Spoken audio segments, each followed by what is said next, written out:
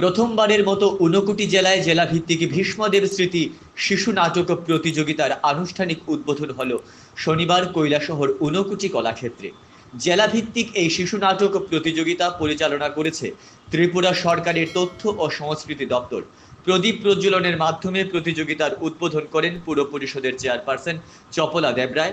অনুষ্ঠানে বিশেষভাবে সংবর্ধিত হন জেলার 3 বিশিষ্ট নাট্যকার জহর ভট্টাচার্য, কাজল চক্রবর্তী ও মৃদুল বণিক। এছাড়া সম্মাননা দেওয়া হয় 8 জন নাট্য নির্দেশককেও।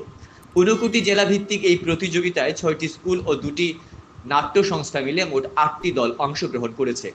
রাজ্যের 8টি জেলায় অনুষ্ঠিত হবে জেলাভিত্তিক ভীষ্মদেব স্মৃতি শিশু নাটক প্রতিযোগিতা।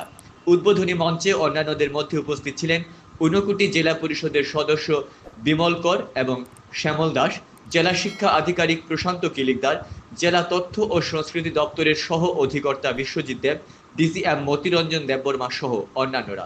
প্রতিযোগিতায় বিভিন্ন বিদ্যালয়ের শিক্ষার্থীরা পরিবেশন করেন জার্নি বিগাইন্স, আর্থ ফার্স্ট অলওয়েজ, প্রত্যাশা, রঙিন পর্দার ফাঁদ, ছুটি, চক্রব্যূহ এবং পেটে ও পিঠে সহ একাধিক নাটক।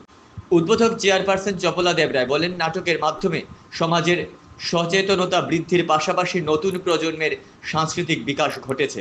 প্রতিযোগিতায় প্রথম হয়েছে শিশু নিকেতন হাই স্কুল, দ্বিতীয় স্থান অধিকার করেছে ভগিনী নিবেদিতা উচ্চতর মাধ্যমিক বিদ্যালয় এবং তৃতীয় স্থান লাভ করেছে নির্ঘোষ নিক্কন নাট্য সংস্থা।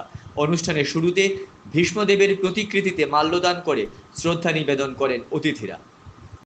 আমি আজকে বলবো যে এই নাটক আমাদের জীবনের একটা অংশ, মানুষের প্রতিভার একটা অংশ।